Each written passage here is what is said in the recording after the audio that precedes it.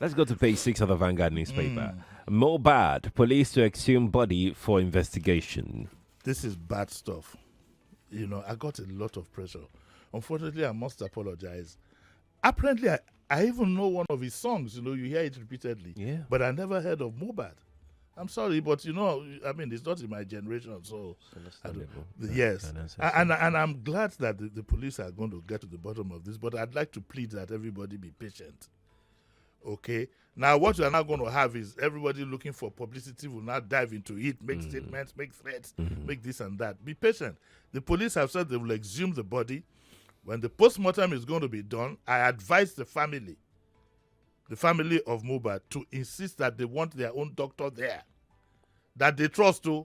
They want their own pathologist there. So it will be done, and from there we can begin to unfold, the mystery behind the death of this young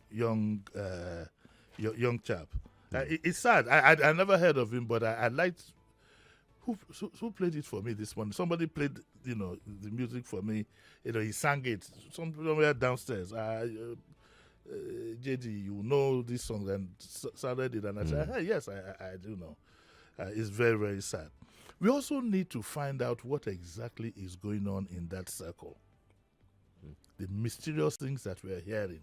I can't comment on them now because it would be unfair. We don't have. But it is worrying that there's some mysterious things. And I remember in this studio here, about a year and a half ago, I warned this gentleman called Naira Marley about his behavior. I hope he gets out of this one. I understand he's out of the country, or has he been caught? No idea.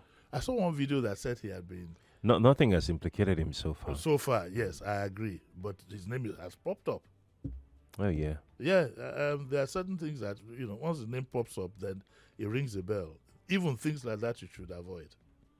And also, because of their age group, they should go and listen to some of the things that Seun Kuti said in one video about music. And it's not helped by the way our adults behave.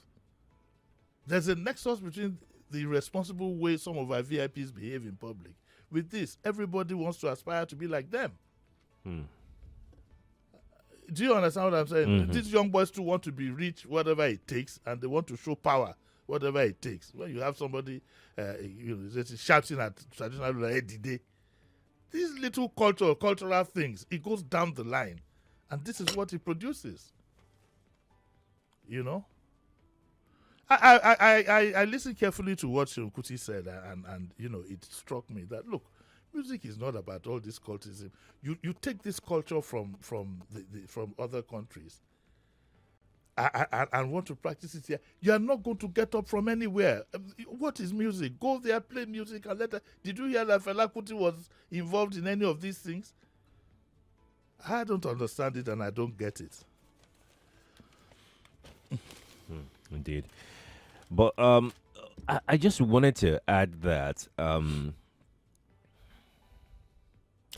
Nigerian music industry is very big, is very huge. Yeah.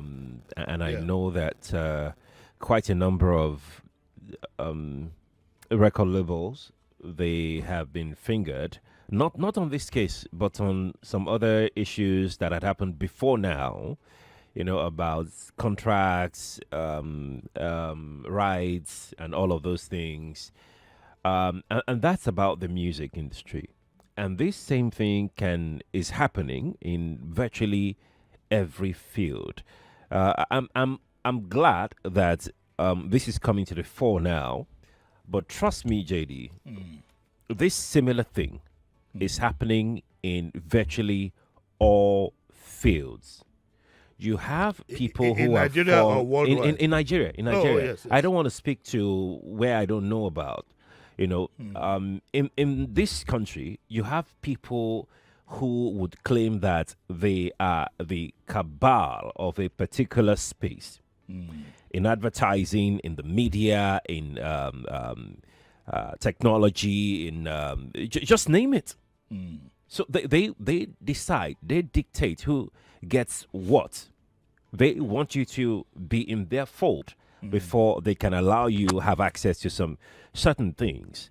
Even though it might not be outrightly cultism, but it's some kind of depraved mindset, to want to have control over what you shouldn't be controlling. They just form this cabal and then they decide, oh yeah, who gets called to that event, who gets called to come and perform here, or who gets this sort of contract. No, the boy is not good, or the girl is a bad girl. Let's not give her. We have invited her to a meeting 1 or 2 times. She refused. And that is what is happening. It's a reflection of us as a people. We don't like order. Nigerians don't like order because people believe that you benefit from disorder. We don't like order. We don't like control. It's everywhere, in every profession.